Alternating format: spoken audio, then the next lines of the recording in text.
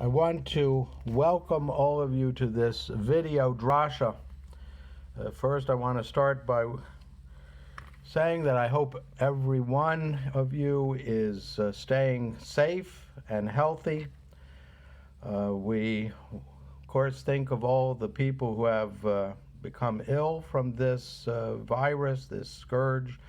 We know there are many Jews who have been affected by this, given the fact that the city of New York is the epicenter of this today, and also in Israel, where there's been a large outbreak. If you can look at the number of cases in Israel as a proportion of the population, it is a very significant outbreak. So we certainly keep in mind our fellow Jews, but we want to really say a refuah shlema, a complete and speedy recovery to all people, to everyone, wherever they are, who have become sick because of this virus.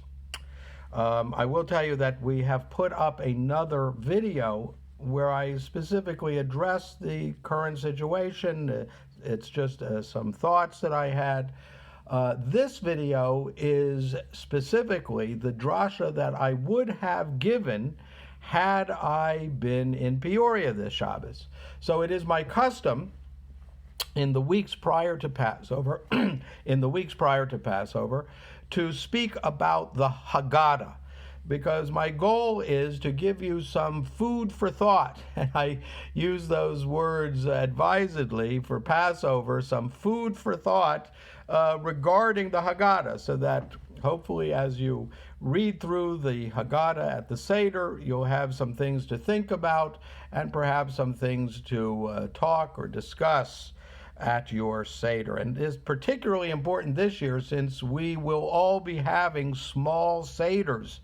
And it would be nice to have some material to be able to reflect upon and discuss with those who are with us at the Seder.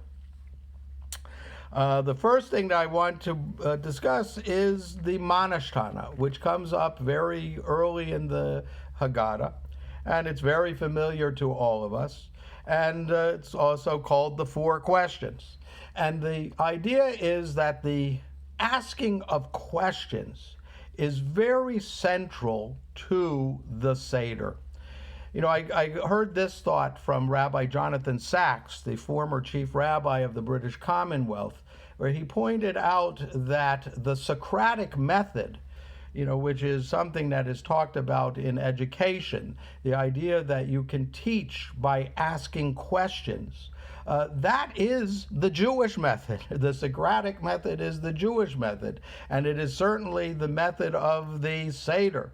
The idea that asking questions is really central to the Seder, and that's how we teach, that's how we transmit the traditions, the ideas that we are wanting to transmit at the Seder.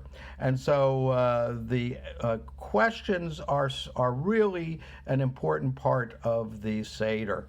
And as a matter of fact, it says in the Gemara that even if a person is sitting alone, he has to say the Manashtana. He has to ask himself questions, because that's what the Seder is all about.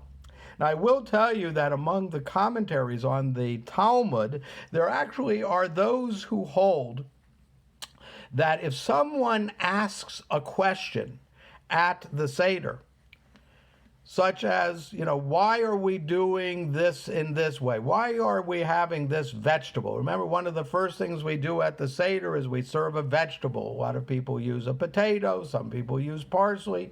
We dip it in salt water and we eat. It's not the normal way we eat a meal. So if somebody there at the Seder asks, why are we doing it like this? There are some authorities who hold, you know what, you don't even need to say the Manashtana. That the whole point of the Manashtana is if nobody has asked any questions. So then we give you some questions to ask. You can say, why is this night different from all other nights? On all other nights we eat leaven, and on tonight we eat matzah, and so forth and so on, the other questions as well. But the essence is asking questions. So as long as a question has been asked, you don't need to say the Manashtana. Now, the fact is, of course, that's not the majority opinion. That's not the accepted view. And so everyone does say the Manashtana at the Seder. But that just shows us, I think, that what the real point of the Manashtana is that we need to be asking questions. And so I would say that all through the Seder, that is something that you should be doing. Asking why? Why is it like this? As we read through the text of the Haggadah to say, what do they mean here? What does this mean? That's really the process. That's how we are going to have a real full experience of the Seder, is by asking questions and coming up with different explanations. One of the next things that comes up in the Haggadah is the famous section of the four sons. And this is really, I can tell you, from a collection of midrash, which is called the Mechilta, which is a very old collection of midrash. It's actually what's called a Tanaitic midrash, which means it comes from the same time period as the Mishnah. And the fact is, this Mechilta actually presents us with the four sons that we find in the Haggadah. And here we have a very interesting thing. Today in educational circles, they talk about learning styles. And I think that is part of what is going on here. It's a recognition that different people need to be taught in a different way. You can't just teach everyone the same way. They're not going to get it.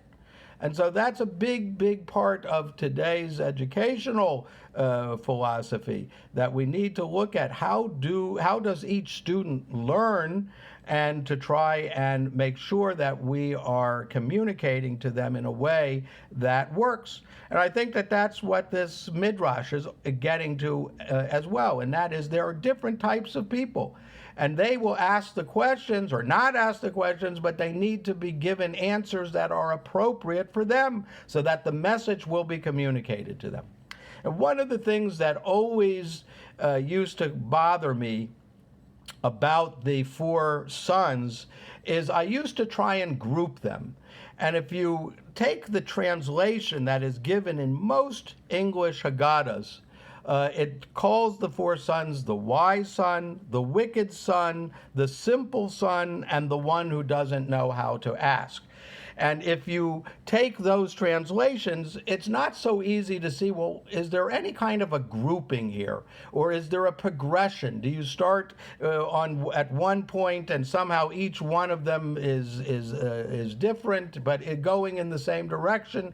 Or can we pair them in some way? And it's not very easy to do. And one could even ask, what's the difference between the simple son and the one who doesn't know how to ask? I mean, is it simply one is not very bright and the other one is really not very bright? I mean, what is the difference between those two? So actually, a couple of years ago, I read something, or I heard a drasha that gave the answer, I think, to this problem. And that is, we're mistranslating the third son, who's called in Hebrew the Tam, if we call him the simple son. Tam really means complete. It comes from a Hebrew root that means to be complete. And probably the best translation of this word would mean wholesome. As a matter of fact, Jacob is described in the Torah as Tam, which means they're a kind of a wholesome person. He was a righteous person. It certainly doesn't mean simple. Jacob, the last thing you would say about Jacob is that somehow he was simple. He definitely wasn't simple. So I think if we use the translation wholesome, if we say that the Tom is the person who's a good, decent person, then we really can pair these things together. Because the pairings would be like this. We take the two outer sons, the Chacham and the one who doesn't know how to ask. So you have the wise son and the one who doesn't know how to ask. Those are opposites. The wise son asks very sophisticated questions. He wants to understand the details of the halacha, of the Seder. Why do we not eat afikoman after the matzah? You know, that statement, by the way, is in the Mishnah, that you don't eat afikoman after the matzah. It's actually kind of a problem because we don't know exactly what the word afikoman means. And so the Chacham is asking a difficult and a sophisticated question. Meanwhile, his opposite, who's the fourth son, is the one who doesn't know how to ask. So those we clearly see as opposites. And so in that case, it says you have to start. You have to introduce the subject to him, which again makes good sense from an educational point of view. Meanwhile, the other pairing are the two inside sons, the Rasha, the wicked son, and the Tom. We have now the wicked son and the wholesome son, where again, clearly those pair up. They are opposites from one another. I think we could say that to be wicked is the opposite of to be wholesome. We see a pairing, the first son and the fourth son and the second and the third. It's sort of like an Oreo cookie, okay, where the out you have the inside. But I think that is a good way of trying to organize this midrash of the four sons. The last piece that I wanted to bring up is there's a portion in the Haggadah that begins with the words Vihi. And I can tell you, at least in our house, I always make a big deal of this section. We always sing it, first of all. You know, you're supposed to raise the cup at this point. And by the way, if you ask, why do we raise the cup here? The answer is probably just so that someone will ask, why are we raising the cup? Which should then focus our attention on, well, what does this mean? Why, is there something more important about this section that we're raising the cup? So we raise the cup and we say, Vihi sha'amda, which means, and it is it that has stood for us. And in this section of the Haggadah, it says, because in every generation there have arose those who have tried to annihilate us, and it is it which has stood for us and kept us alive. So the question is, what is the it?